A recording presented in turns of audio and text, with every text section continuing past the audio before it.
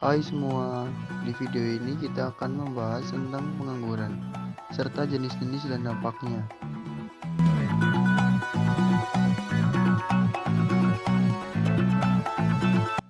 Sebelum itu, kita bahas tentang apa itu pengangguran.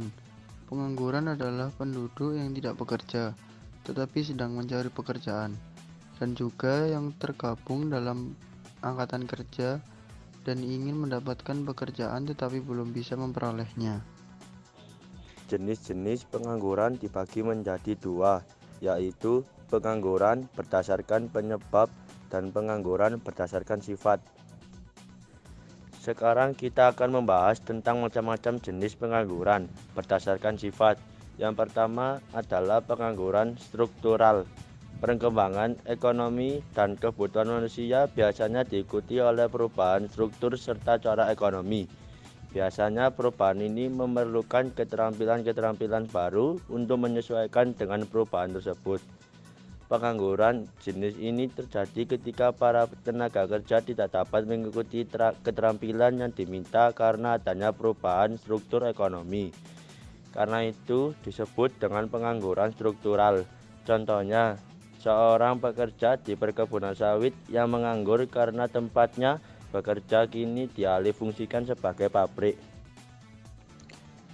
Lalu yang kedua adalah pengangguran konjungtor. Pengangguran konjungtor adalah pengangguran yang terkena dampak perubahan dalam perekonomian, utamanya dampak dari permintaan penawaran terhadap suatu barang. Mereka adalah pekerja yang harus dikurangi pada saat produksi menurun karena berkurangnya permintaan. Hal ini dilakukan untuk mencegah kerugian yang lebih besar. Pengangguran ini berkaitan dengan naik turunnya kegiatan perekonomian suatu negara. Misalnya, saat terjadi resesi atau depresi yang menyebabkan pemberi kerja memutuskan hubungan kerja pada pekerjanya. Ketiga adalah pengangguran friksional. Pengangguran ini terjadi karena adanya sebuah kesulitan, yaitu mempertemukan pencari kerja dengan lowongan pekerjaan. Hal ini terjadi karena banyak hal, tetapi biasanya letak geografis dan kekurangan informasi menjadi penyebab utamanya.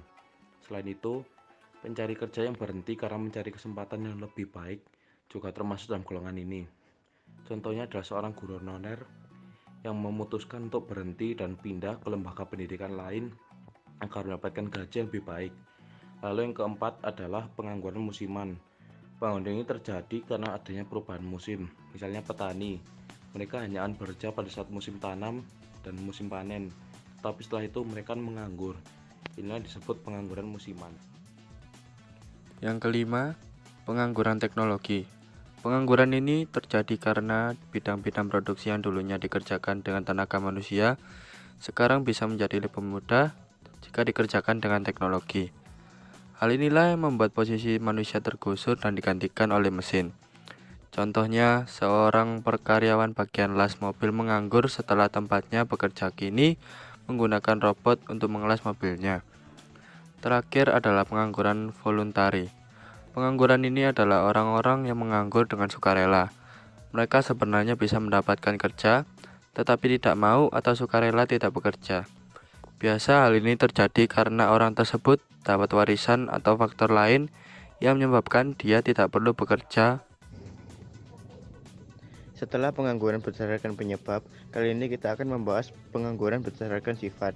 Yang pertama adalah pengangguran terbuka. Pengangguran ini terjadi saat seseorang tidak memiliki pekerjaan atau tidak sedang bekerja sama sekali dengan berbagai sebab.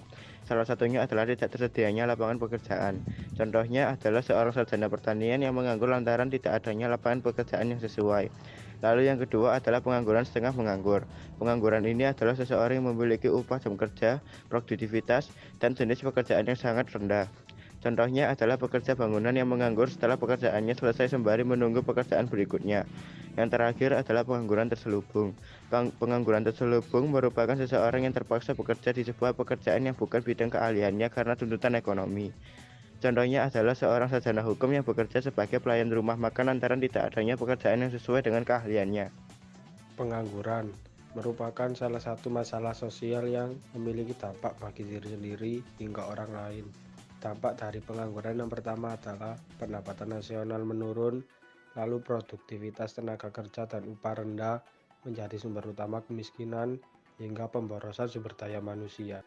Nah, cukup sekian pembahasan mengenai pengangguran. Sekian video kali ini. Dadah.